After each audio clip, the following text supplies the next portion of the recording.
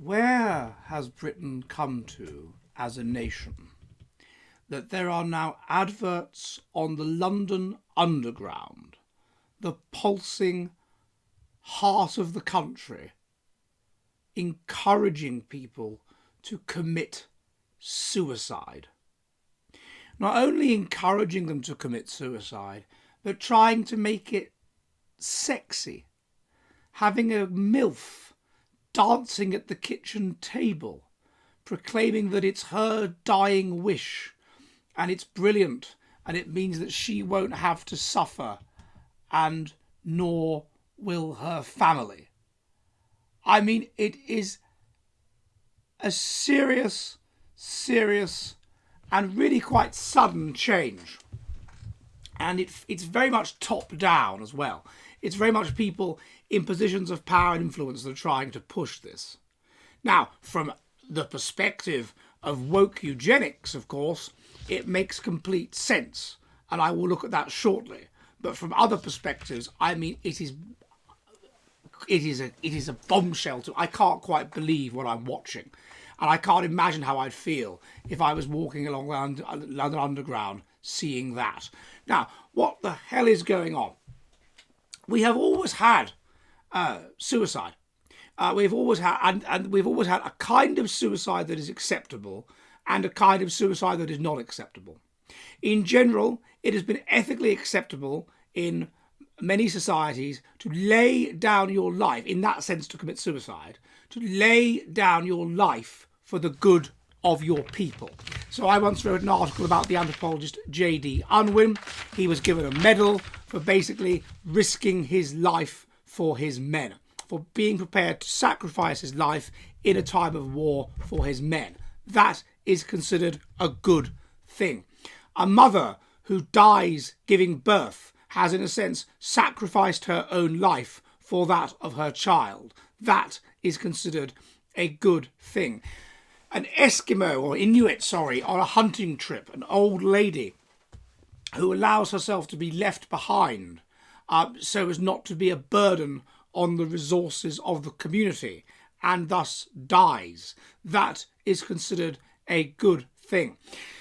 But simply killing yourself because you are unhappy with life, even if you are depressed, is considered a very bad and selfish thing, because we are all of us descended from people who struggled through.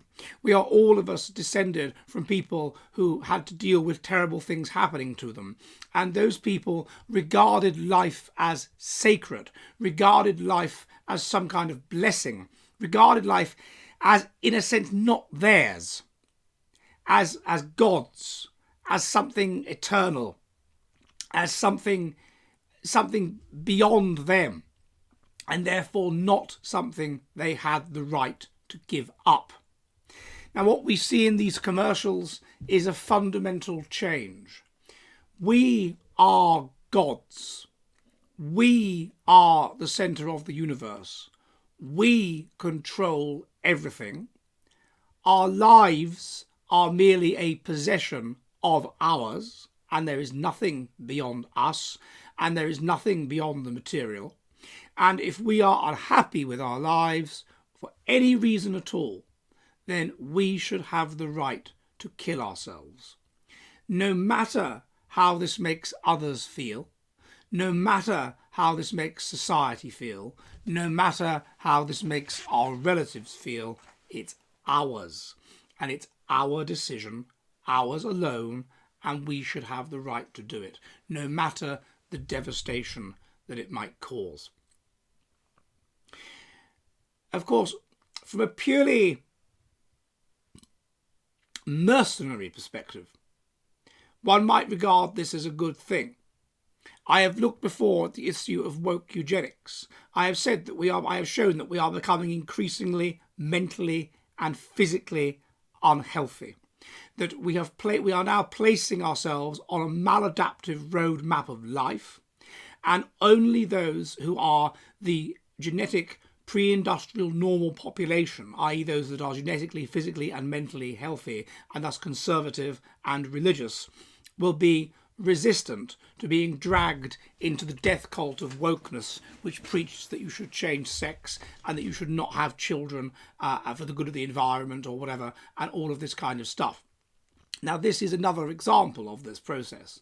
There have been cases now already in the Netherlands of young people, young women, who have committed suicide using assisted dying. So this is part of woke eugenics. The people that will be sucked into it are particularly those that will have it done to them before they can pass on their genes. They will sacrifice themselves. They will be removed from the gene pool until what is left is the people who regard life as sacred, are people who are conservative and religious and who are horrified by the whole notion of assisted dying. So this is only a brief period. Who will be sucked into it? It will be basically genetically woke type people. They will remove themselves from the gene pool, and we will become a healthy, mentally healthy and physically healthy people once again.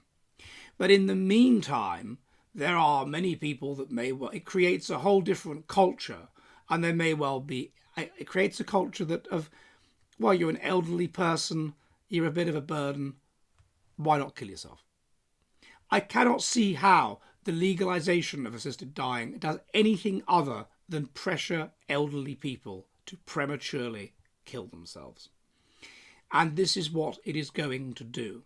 And it creates a general atmosphere of nihilism and dysphoria.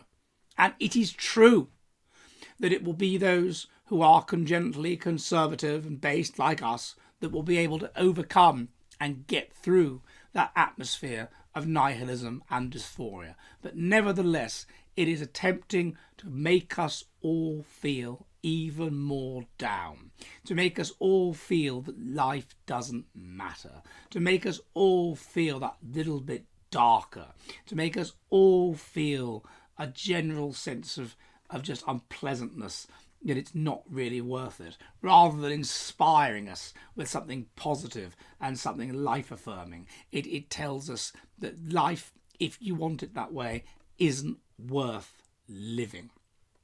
And people who already have the highly depressing experience of having to use the London Underground to go to work.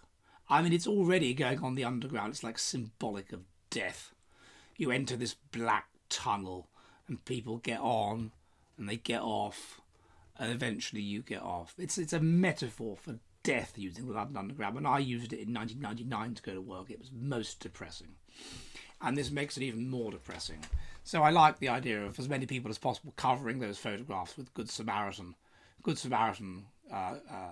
posters and whatever. But nevertheless, I'm afraid this is woke eugenics in action, but it's not going to be particularly pleasant to experience, chaps. And I think as a bit of a fight back, anyone that sees those posters should deface them in a positive, life-affirming manner. Would you please subscribe? Would you subscribe here? I would subscribe on thejollyheretic.com. That's my Substack, where I put all the most based stuff that I dare put here. And if you like what I do, you can support with the cost of a pint of beer a month. And remember, I live show Mondays at 7 p.m. UK time. Are you ready for the future of the West?